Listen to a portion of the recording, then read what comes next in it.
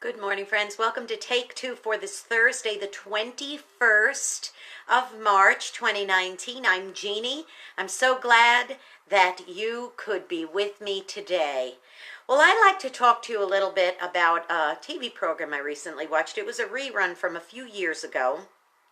And the premise of this particular sitcom that I was watching on this episode was it's an adult man and his wife, and they're like in their 30s, and his parents in this episode, who are like in their 60s maybe, decide that they're going to do their will. They didn't have a will, and they do their will. And they want their son to sign all kinds of papers, etc., etc. And he's reading it, and it gets to the part like about do not resuscitate and things like don't put them on life support and this kind of thing.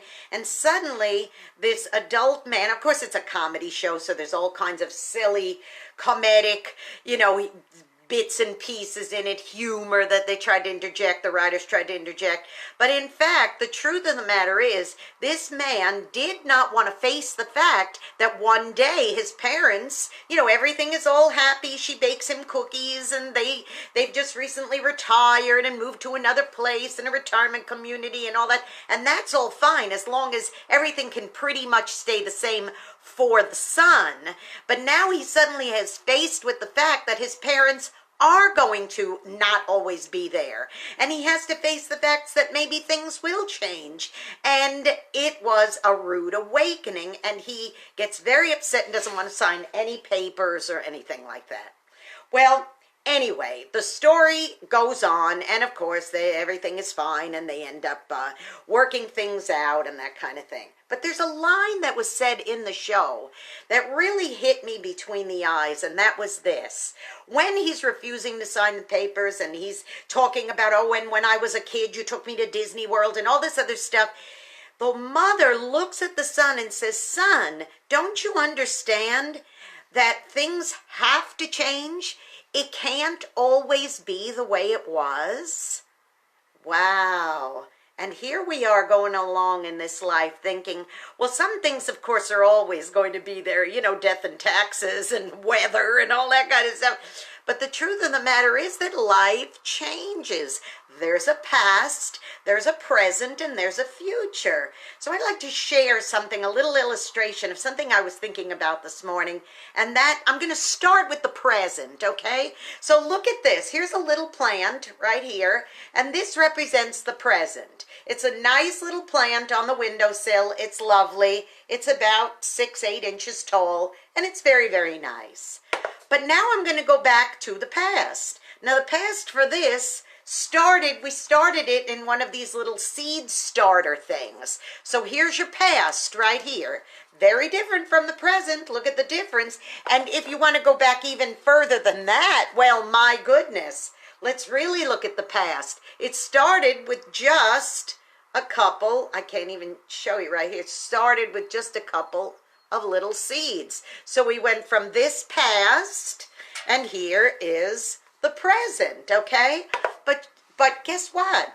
It doesn't end there. And that's what fell over here. Sorry, excuse me. That's why I kind of jumped in. Okay, obviously this is not exactly the same plant. I'm just doing this as an example to show you what this can turn into. And here is your future right here. This big thing. See, so imagine it went from this to this. That's what happens. Now, what if it just got stuck in the past and never, ever went forward? We'd never have a big, beautiful bouquet of flowers. We'd never have it when it's in the middle stage. We'd never have this pretty plant on the windowsill. The windowsill plant that eventually has to get repotted either in the ground or in a much bigger pot. And then you could, of course, cut them off, and you could take the seeds out, and you could start all over again. It's a cycle, isn't it? There's a past, there's a present, and there's a future. Keep that in mind, boys and girls, because here's what happens. And this is why nostalgic stuff like oldies music and that kind of thing is so popular. People like to get back there and have those good old days memories. But they forget there's a strange phenomena that happens when people are reminiscing. And you know what that is? They will reminisce and only remember the good bits. They forget that there was bad stuff. For anybody to say, looking back nostalgically on, say, the 1800s and go, oh, it was such a lovely time. Look at Gone with the Wind. How lovely the antebellum dresses and the lovely, big plantations and all that. Oh, that's lovely to remember those things. But it was also a time where there was slavery. Do we ever want to go back to that? Heavens no. What about people who say, oh, wow, the 50s, the 40s, what a great time after World War II, and there was so much unity and this and that. Yeah, well, guess what? In the South, you still had to use different bathrooms and water fountains if you were people of a particular ethnicity. Do I want to go back to those days? Certainly not. What about the days where people say, oh, it was such a great free time in the 60s with hippies and music and love and peace and all that? Yeah, but it was also a time where we were dealing with the Vietnam conflict. Do we want to go back to that? Certainly not. So let's go ahead and reflect back. I don't want to be a downer here, boys and girls. We can reflect back on some good, happy memories. But if we get stuck in the beginning, how are we ever going to grow to the the present? And certainly, how are we ever going to get to the future? Look, there's a beginning and an end to everything. And you know what? We don't like to think about our parents getting old and dying.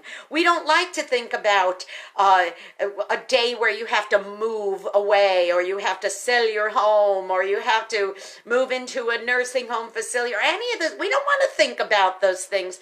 We want to enjoy the present. Yeah, that's great. But we also all too often want to go back to the past. Guess what? You can't. You can't turn back the clock, and you can't unring a bell. It's as simple as that. So since that, what's the alternative? The alternative is to go forward, and go forward with joy. You know, it hit me really hard yesterday. For some reason, I can't explain it, but I said something about 20 years from now. I started a sentence with that, and I thought, oh my gosh, 20 years from now, I'm going to be getting ready to turn 82.